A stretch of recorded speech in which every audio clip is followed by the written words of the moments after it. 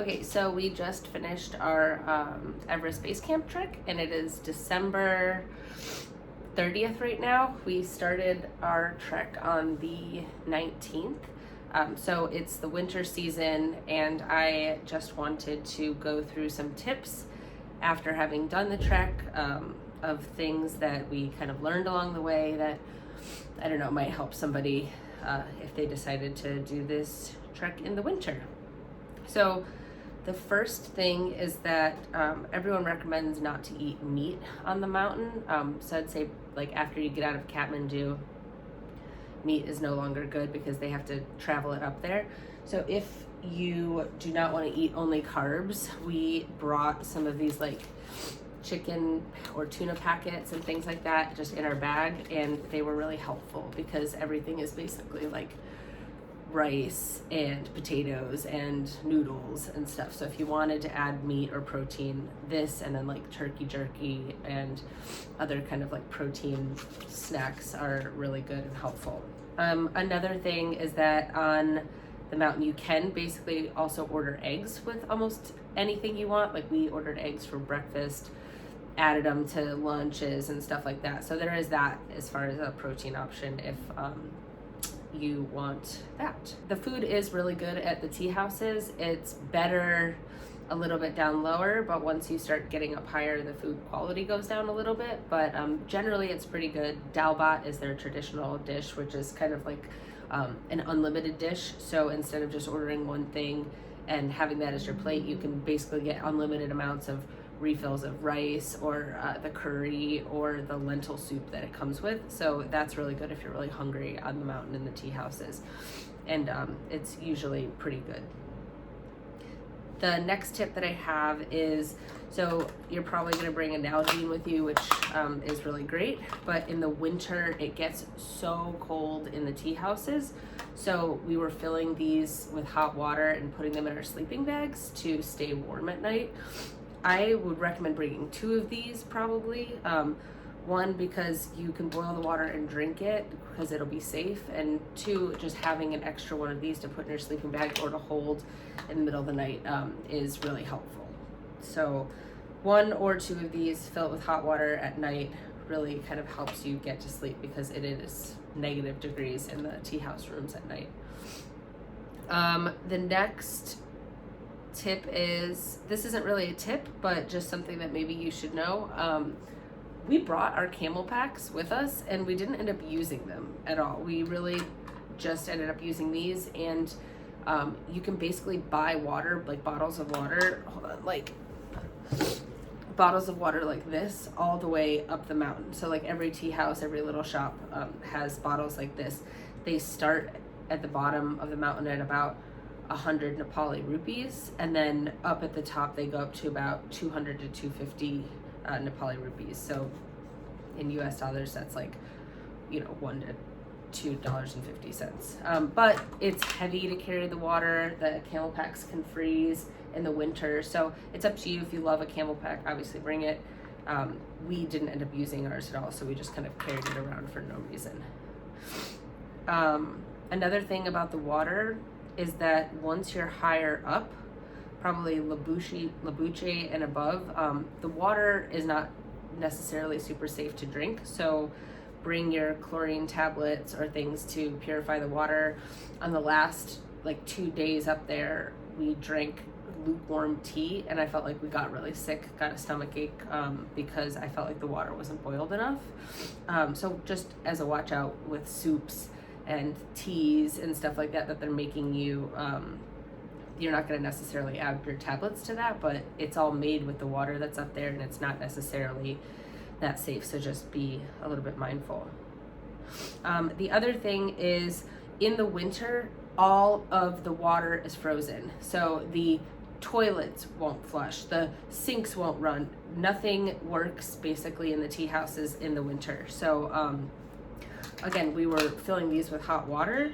So one tip would be to bring maybe like a lightweight collapsible bowl or something like that you could pour your hot water in and wash your face or brush your teeth, because it's freezing, and again, there's nothing that's running. You won't have showers or anything like that, even at some of the nicer tea houses. it's not, they can't do anything about it. The water's just frozen, so it's there's no running water. Obviously you should know this already, but face and like wet wipes just to like clean yourself for like a poor man's shower is great. You should definitely have those. Oh, another tip would be to bring a pillowcase. So all the tea houses come with pillows and blankets. You're gonna sleep in your sleeping bag probably anyway, or your liners, but you can utilize the pillows in the tea houses if you bring a sleeping bag. So we brought a pillowcase, or you can utilize the pillows in the tea houses if you bring a pillowcase. So we brought a pillowcase, and it was really great. Another thing, if you wanted to lay it over the bed on the mattresses, you could bring like a little lightweight sheet, so that way you're utilizing a little bit more of the heavy blankets and the stuff that the tea house has, because they're not necessarily the cleanest thing. So if you're worried about hygiene at all, pillowcase, possibly a light sheet if you want to. Otherwise, just sleep in your sleeping bag. Another thing that I thought that I would like to know before I came was there's a bunch of really beautiful and great mountain dogs, and they kind of follow you, and they're all around, and they're really friendly and happy and healthy, and I wish that I had some kind of dog treat or something to bring them. So if you're a dog lover, maybe bring a little packet of dog treats, because I'm sure the dogs would love it, and they'll follow you for miles, which is really nice. The flight from Kathmandu to Lukla, just know that you will be charged extra weight if your duffel bag is over a certain amount of weight. So they'll weigh your backpack that you're going to take with you and your duffel bag. So have a little bit of extra money if you think that your bag's overweight. Ours were just a little bit overweight, so I think we paid like, I don't know, 500 Nepalese rupees, because we had winter clothes and our poles and just different things like that added weight to it. So just know that if your bag is over, you might have to pay a little bit extra. Another thing to note is that, so we brought basically just what we needed for the hike, but then we realized that there was still some extra stuff that we didn't need. So don't be afraid to pack your bags with anything that you need for the trip, if you're going somewhere afterwards, or if you just want extra stuff or extra clean clothes that you don't want to hike up the mountain. You can most likely leave it at your hotel in Kathmandu, in like a duffel, or like leave your luggage tag on it, or with your guide company if you're taking a guide company. So that's one thing to note, is don't be afraid to pack what you want and what you need. You don't need to bring it all up the mountain. You can leave some stuff. We left a duffel bag here at the Kathmandu hotel, and we came back and it was all fine and great. So okay, wow, there's a lot of tips. Okay, so power chargers, little power banks. We brought like these guys with us that charged. These were really good. Basically, there's no outlets after Namche, so don't expect to have a power outlet after Namche. So if you want to charge your devices or whatever, you'll want to bring these little power banks. You can pay in most of the tea houses to charge these things overnight. They do charge really slowly. I think this took like an entire night to charge. But yeah, just know that you're not going to have access to a lot of power outlets. So come prepared if you need power banks and stuff for your cameras. I brought a laptop because I wanted to like go through my pictures and stuff and do all that. I don't recommend bringing a laptop. One is because we had to carry it in our backpack all day, or Bobby had to carry it in his backpack all day. And then also it got so cold at night that the laptop battery just drained, and it basically wouldn't recharge with the power that they had at the tea houses. So after about 3 days, the laptop was useless, and then we were just kind of carrying around dead weight.